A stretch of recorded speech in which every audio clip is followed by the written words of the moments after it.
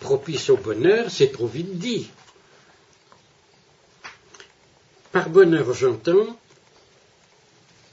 une situation existentielle qui est le fruit d'un long travail personnel. Par conséquent, une société ne peut se fixer comme but le bonheur au sens plein que si elle se fixe en même temps, comme tâche, l'éducation des citoyens. Il est bien entendu, étant donné que toute conscience, tout individu est une conscience, à mes yeux, il est bien entendu que tout homme peut être éduqué. Mais il faut qu'il soit éduqué.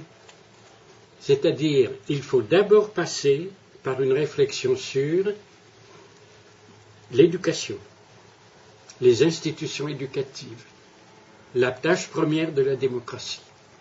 La tâche première de la démocratie est de mettre en place des institutions qui vont rendre les individus capables de s'émanciper d'abord et de se construire ensuite.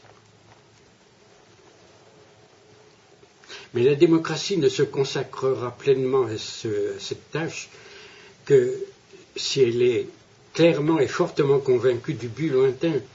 Et ce but lointain doit être le bonheur. Mais le bonheur tel que je l'entends, un bonheur, on va dire un bonheur intense, à la fois corporel et spirituel.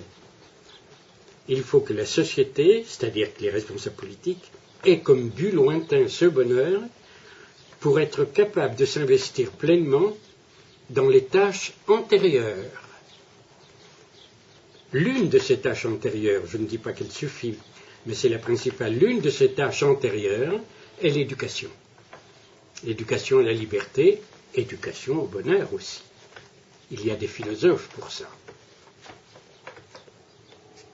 Alors justement, est-ce que la société actuelle est propice, d'après vous ? On peut alors, en effet, maintenant on peut répondre, non. Non, parce que la société actuelle ne se soucie pas de l'éducation. Et quand elle a réussi à mettre sur pied des institutions, elle les dévoie en souhaitant en faire des écoles d'apprentissage, en souhaitant en faire des étapes pour l'emploi.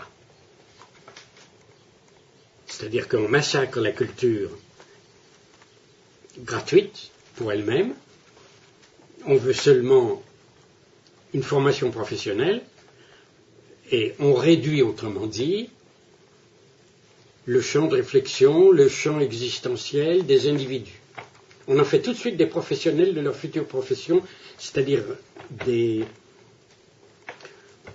automates. Et en plus, ce qui fait aussi que la société actuelle n'est pas en mesure de répondre à notre demande, en plus, cette société favorise, comme vous le savez, la consommation. Il faut préciser en quoi est-ce qu'elle est mal, entre guillemets, cette consommation. C'est qu'elle abêtit l'individu, elle le réduit. Elle le réduit à des moments instantanés, apparemment plaisants, mais fugitifs et fragiles. C'est-à-dire que la société n'offre que du clinquant, sans offrir les moyens de construire une culture et des personnalités approfondies.